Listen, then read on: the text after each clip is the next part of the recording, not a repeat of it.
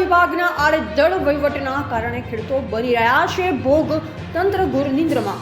અધિકારીઓ અને કોન્ટ્રાક્ટર દ્વારા સફાઈ કામ કરવામાં આવેલ ન હોવાના કારણે સાંતલપુર તાલુકાના ખેડૂતો મુશ્કેલીમાં મુકાયા છે।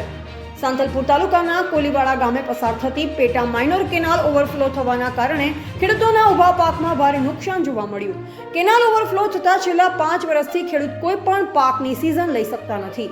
વિગતવાર જોઈએ તો સાંતલપુર તાલુકાના કોલીવાડા ગામના કનૈયાલાલ એન પંચાલ, જેમની જમીન સર્વે નંબર 887/888 ની અંદર ખેતીની વચ્ચે માઇનર કેનાલ નીકળે છે, જે કેનાલ વારંવાર લીકેજ થાય છે, જેના કારણે આજુબાજુના 40 થી 50 ફૂટ સુધી કોઈ પણ પાક થતો નથી।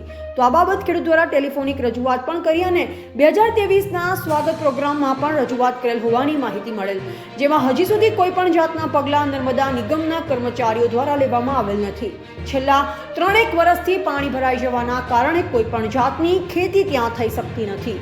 ખેતરમાં પાણી ભરાતા ખેડૂતને નર્મદાના અધિકારીઓના કારણે તૈયાર પાકમાં નુકસાન ભોગવવાનો વારો આવ્યો છે અને વારંવાર રજૂઆત કરવા છતાં પણ ખેડૂતને કોઈ પણ જાતનું તંત્ર દ્વારા નિરાકરણ ન મળતા ખેડૂતો રોષે ભરાયેલ જોવા મળ્યા। ત્યાંના સ્થાનિક ખેડૂતો દ્વારા જાણવા મળેલ કે કેનાલમાં છેલ્લા 4 થી 5 વર્ષથી સફાઈ કર્યા વિના પાણી છોડાય છે। સફાઈ કર્યા વિના જ પાણી છોડાતા વારંવાર કેનાલ ઓવરફ્લો થાય છે અને ખેતરમાં પાણી ભરાતા પાક નુકસાની થાય છે। માઇનર કેનાલમાં વારંવાર ઓવરફ્લો તેમજ ગાબડા પડવાની, પાક નિષ્ફળ જવાની ઘટનાઓ બની છે। Ashok Prajapati, AGP news. ખેડૂત છું। આ કેનાલ સાતપુરા માઇનર મારા ભાઈના ખેતર હોંહરી પડી છે। 5 વર્ષથી રિપેર કામ કે કોઈ સફાઈ કામ થયું નથી। વારંવાર ઉભરાવાથી 5 વર્ષથી પાક નિષ્ફળ જાય છે। અમે મામલદાર ઓફિસમાં, મુખ્યમંત્રી ફરિયાદ નિવારણમાં અરજી આપી છે, કલેક્ટર ઓફિસમાં અરજી આપી છે, પણ નર્મદા નિગમવાળા કોઈ આનો જવાબ આપતા નથી અને અમે આર્થિક રીતે હાવ ભાગી પડ્યા છીએ। કેટલા વર્ષથી 5 વર્ષથી આની પરિસ્થિતિ છે। આના જાન્યુઆરીમાં 5 વર્ષથી પાણી છોડે એટલે કેનાલ ભરી જાય છે।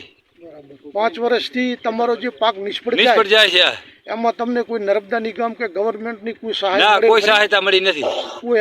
કોઈ આપતા નહીં। કોઈ અમારી રાડ ફરિયાદ ભરતા નથી। એ તો કે તમારા થાય કરી નાખો નર્મદા નિગમ વાળા કે। તમારું નામ?